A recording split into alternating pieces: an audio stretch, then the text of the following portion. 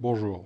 Vous savez qui est From Software, vous savez qui est Hidetaka Miyazaki, vous savez quel jeu ils ont fait, j'en ai déjà parlé 2 fois sur cette chaîne, et même au-delà de ça, je pense que From Software est aujourd'hui un des studios les plus connus du jeu vidéo. Et s'ils en sont arrivés là, c'est grâce à une formule qu'ils ont créée et peaufinée de jeu en jeu. Une formule qui a contribué à créer un sous-genre du RPG qu'on appelle aujourd'hui le Souls-like, et je déteste ce mot soit dit en passant, mais à défaut d'avoir mieux, on va faire avec. Mais cette fameuse formule, avant de donner lieu à tout un sous-genre du RPG et de faire monter From Software jusqu'au sommet, eh bien il a bien fallu la créer. Et justement, aujourd'hui j'avais envie de vous parler de ce qu'on pourrait considérer a posteriori comme étant le premier Souls, le jeu de From Software qui instaura les bases de tout ce qu'ils ont fait au cours de ces 16 dernières années, et du sous-genre qu'il a indirectement créé. Chers amis, aujourd'hui on parle de Demon's Souls. Bon déjà, un peu de contexte. Premièrement, la version du jeu que vous allez voir à l'écran est la version remake faite par Bluepoint, pour 2 raisons. La première, c'est que j'avais pas envie de me faire chier avec le HDCP de la PS3, et la deuxième, c'est que mis à part la direction artistique, qui est légèrement différente et sur laquelle je reviendrai un peu après, le remake de Bluepoint est littéralement identique au jeu de base, donc tout ce que je veux dire s'applique aussi à la version d'origine sur PS3. Et deuxièmement, j'en avais rapidement parlé dans ma vidéo sur Bloodborne, mais pour ceux qui ne le savent pas, Demon's Souls n'aurait jamais dû exister. En fait, ce qu'il faut savoir, c'est qu'à la base, quand From Software avait lancé le développement du jeu, celui-ci aurait dû être un reboot de Kingsfield. Kingsfield, c'est une vieille saga de Dark Fantasy de From Software qui était populaire sur PS1, et ils voulaient la moderniser sur PS3. Mais très vite, le projet s'est embourbé, ne donnait pas grand chose, et From Software était sur le point de l'annuler.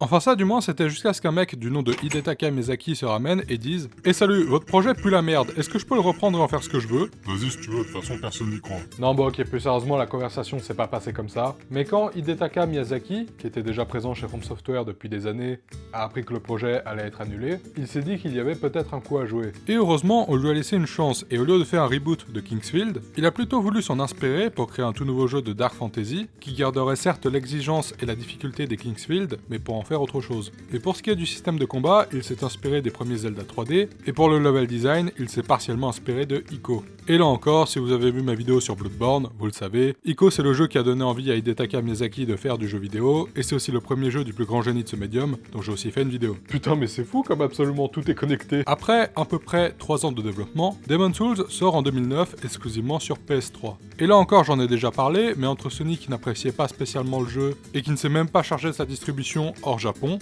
en l'occurrence c'est Atlus qui l'a distribué aux États-Unis et Bandai Namco en Europe, et sa réception par la presse et les joueurs qui furent déboussolés de par la difficulté du jeu, on peut pas dire que Demon's Souls a eu une sortie facile. Mais très vite, le jeu va former une petite communauté autour de lui, et quant à From Software, eh bien ils continueront leur route avec Bandai Namco, et vous connaissez la suite. Alors je suis pas rentré dans les détails, mais en gros voilà d'où vient Demon's Souls, et ça me semble important pour comprendre en quoi ce jeu ne sort pas de nulle part. Mais maintenant que ça c'est dit, parlons enfin de ce dernier. Demon's Souls prend place dans le royaume de Boletaria, qui a été englouti par un brouillard épais et envahi de démons à cause de la soif du pouvoir du roi Alante, le monarque du royaume. Quant à nous, on incarne un gars qui est potentiellement destiné à terrasser les démons et à ramener la paix à Boletaria. Et je vais m'arrêter là. Déjà parce que c'est tout ce que j'ai compris de l'histoire du jeu, et aussi parce que je pense qu'on n'a pas besoin de tout comprendre pour savoir ce qu'on doit faire. Et justement, déjà rien que là, on retrouve une caractéristique propre des jeux de From Software. Une histoire racontée de manière cryptique, qu'on pourra vraiment comprendre que si on plonge dans le lore du jeu, à travers les objets, les environnements et les monologues énigmatiques des personnages qu'on rencontre. Mais si comme moi vous vous en foutez ou que vous ne comprenez rien, eh bien c'est pas grave puisque vous pouvez faire tout le jeu sans problème. Et c'est d'ailleurs un point positif du jeu et de From Software. Mais justement, ce n'est pas la seule chose qu'on pourra retrouver dans les autres jeux du studio. Déjà, il y a tout ce qui est lié de près ou de loin à la personnalisation du personnage, que ce soit l'équipement, les armes, les objets et les statistiques, la présence d'un hub central qui nous relie au monde, avec à l'intérieur des marchands, des forgerons et bien évidemment une femme qui peut augmenter nos statistiques en échange d'âmes qu'on récupère en tuant des monstres. Et d'ailleurs, le système de combat contient toutes les bases qu'on a connues par la suite. Pour ceux qui ne le savent pas, les combats dans le jeu de From Software ressemblent un peu à des combats de dualistes, où il est préférable de laisser l'adversaire attaquer tout en esquivant son attaque, puis répliquer avec une attaque rapide ou une attaque lourde. Chaque action consomme de l'endurance, représentée par une barre verte en haut à gauche, la barre bleue représente votre magie et la barre rouge votre vie. Et comme dans Dark Souls, vos actions peuvent être impactées par le poids de votre équipement et les anneaux que vous portez. Parce que oui, dans Demon's Souls, vous pouvez porter 2 anneaux qui vous confèrent des avantages. Après, je vous rassure, c'est pas parce que vous commencez le jeu avec un personnage avec des attributs définis que vous pouvez pas les modifier au cours du jeu. Par exemple, vous pouvez très bien commencer avec un build de chevalier, combat au corps à corps, et terminer le jeu avec un build de magie, combat à distance. Ah oui, et là encore, comme dans Dark Souls, on se fait trahir par un chauve, et pourtant il me semblait vous avoir dit de ne jamais les sous-estimer. Ne sous-estimez jamais un chauve. Jamais. Mais à l'inverse, il y a des choses qu'on reverra que très peu, voire pas du tout, dans les autres jeux du studio. Déjà, il y a la mécanique des tendances des mondes, représentée par un œil à côté de votre barre de vie. Pour faire simple, quand vous débarquez dans une zone du jeu, l'œil est neutre, mais si vous vous en sortez bien, que vous tuez des boss et que vous ne mourrez pas trop, l'œil brillera et les ennemis seront relativement plus faibles. Et surtout, vous aurez plus de chances de trouver des items rares. Mais à l'inverse, si vous mourrez souvent, l'œil s'assombrira et les attaques des ennemis augmenteront de dégâts, au point de carrément pouvoir vous one-shot pour certains. Et je vais pas passer par 4 chemins, je trouve que c'est une grosse mécanique de merde. Ça rajoute de la difficulté artificielle au jeu, alors que celui-ci n'en avait vraiment pas besoin, et au-delà de ça, je trouve que ça apporte vraiment rien d'intéressant. Et à ma connaissance, c'est quelque chose qu'on reverra plus chez From Software. Il y a certes la mécanique de la peste du dragon dans Sekiro, mais elle ne marche pas de la même manière. En revanche, il y a 2 autres mécaniques liées à la vie, qu'on reverra uniquement dans Dark Souls 2 et Bloodborne. La première, c'est la restriction d'une petite partie de la vie sous forme d'âme, qu'on reverra dans Dark Souls 2. En fait, dans le jeu, quand notre personnage meurt, il revit sous forme d'âme et il a un peu de PV restreint. Est-ce que j'ai vraiment besoin de vous dire en quoi c'est aussi une grosse mécanique de merde qui rajoute de la difficulté artificielle ?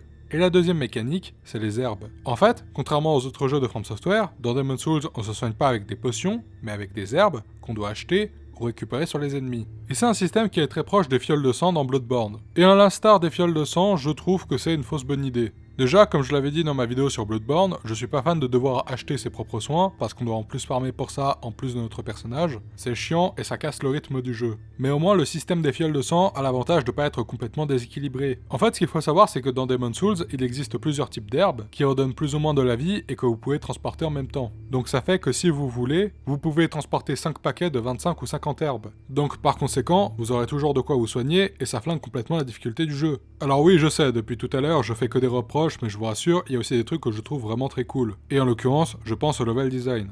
Si vous n'avez jamais joué à un jeu de From Software, il faut savoir que leur jeu possède un monde interconnecté. Toutes les zones de leur jeu sont reliées entre elles par des raccourcis et font preuve d'une cohérence architecturale assez impressionnante. Mais dans Demon's Souls, c'est pas le cas. Dans Demon's Souls, les zones du jeu sont découpées en 5 niveaux linéaires, absolument pas reliés entre eux, et visuellement radicalement différents. Alors oui, certes, il y a des raccourcis dans les niveaux en eux-mêmes, mais qui ne les relient pas aux autres niveaux. Du coup, ça fait que cet aspect interconnecté dont je parlais avant est certes là, mais à micro-échelle, et de manière séparée. Et c'est quelque chose que j'aime bien parce que c'est original vis-à-vis des autres jeux du studio. Pour ce qui est de la direction artistique des zones et plus largement du jeu, j'ai 2 choses à dire. La première chose, c'est que même si j'ai globalement aimé la direction artistique, objectivement, le tout est assez inégal, et pas très cohérent d'un niveau à l'autre. Genre par exemple, le premier monde, c'est un niveau qui visuellement fait très médiéval, le deuxième se déroule majoritairement dans une mine, le troisième commence dans une gigantesque prison, puis dans des sortes de grandes tours gothiques, le quatrième sur une côte avec des squelettes et un temps enragé, et le cinquième dans des sortes de marais / bidonvilles sous terre. Bref, ce que je veux dire c'est que même si individuellement, mis à part la cinquième, ces zones sont bonnes, le tout manque de cohérence et on n'a pas l'impression que tout ça fait partie du même royaume. La deuxième chose, comme je l'avais rapidement mentionné plus tôt, c'est que la direction artistique du remake est légèrement différente. En particulier les éclairages et le design des boss. Non pas que le remake soit fondamentalement différent, globalement c'est la même chose en 4K, mais c'est juste que la direction artistique d'origine ressemble beaucoup à celle de Dark Souls avant l'heure. Et je vous avoue que je suis pas du tout fan de la direction artistique du premier Dark Souls, donc je suis plutôt content que Bluepoint ait pris des libertés. Même si, j'en conçois, il y a certains boss qui visuellement ressemblent plus trop à leur version d'origine. D'ailleurs, parlons enfin de la chose que vous attendiez sûrement tous, les boss. Bon, déjà, je tiens à dire que même si je qualifierais pas les boss de Demon's Souls comme étant simples, c'est tout de même parmi les boss les plus simples qu'a fait From Software. En fait, la vraie difficulté des boss et du jeu viennent selon moi des mécaniques liées à la vie dont je parlais plus tôt. Mais sinon, à part ça, tant que vous restez calme et que vous apprenez leur pattern, y a rien d'impossible. De plus, les boss n'ont qu'une seule phase, le principe de seconde phase ayant été introduit avec Bloodborne. Et oui, là aussi, il y a beaucoup de trucs qui préfigurent ce qu'on a eu par la suite. Déjà, comme ça, je peux pas m'empêcher de penser au combat contre le roi Alante, qui préfigure les duels légendaires qu'on aura contre des épéistes. Son design est bien, il a un bon moveset d'attaque, et il y en a même une qui a été reprise par Ornstein dans Dark Souls. Vous l'aurez compris, c'est mon boss préféré du jeu. Mais par contre, un truc que j'avais totalement oublié, c'est que la majorité des boss de Demon's Souls sont des boss concept. Ce que j'appelle des boss concept, dans le cas des jeux de Hidetaka Miyazaki, c'est des boss qu'on peut vaincre que d'une manière ou en faisant un truc spécifique. Par exemple, le combat contre le chevalier de la tour se déroule dans une arène avec des archers autour. Dans un premier temps, vous allez devoir aller tuer les archers, puis pour tuer le chevalier, vous devrez le taper à la tête, car c'est là où ça fait le plus mal. Mais comme il est tout le temps debout, vous allez devoir le faire tomber en lui pétant les chevilles. péter leurs chevilles. Dans un autre style, il y a aussi le combat contre le vieux héros, qui est aveugle et qui se repère au son, et où il faut être discret. Ou encore celui contre le roi des tempêtes, où il faut aller chercher une épée au milieu de l'arène, qui fait des gigantesques attaques de vent, et c'est la seule arme qui peut toucher le boss. Si ça vous dit quelque chose, c'est normal, c'est parce que ce concept sera littéralement repris à l'identique dans Dark Souls 3 et Elden Ring, plus précisément contre Yorm le Géant et Rykard, mais à l'image de la direction artistique, la plupart des boss sont assez inégaux. Si on met à part les problèmes de caméra qui malheureusement étaient déjà là, autant il y a des boss, c'est pas mon truc, mais je peux comprendre pourquoi ils sont là, mais il y en a beaucoup où je comprends même pas comment ils ont pu passer la phase de test. Mention spéciale aux rôdeurs enflammés, qui en plus d'avoir un pattern incompréhensible, fait je ne sais quoi en plein milieu du combat. Mais au final, qu'est-ce qu'on peut retenir de Demon's Souls? Eh bien, même si à titre personnel j'aime bien le jeu, j'ai beaucoup de mal à y voir autre chose qu'un prototype. Je pense que ça s'est vu tout au long de cette vidéo, j'ai eu du mal à ne pas comparer Demon's Souls avec les autres jeux de Hidetaka Miyazaki. Je sais que certains ne seront pas d'accord avec ce que je vais dire, mais pour moi, il est impossible de traiter Demon's Souls sans parler des Souls.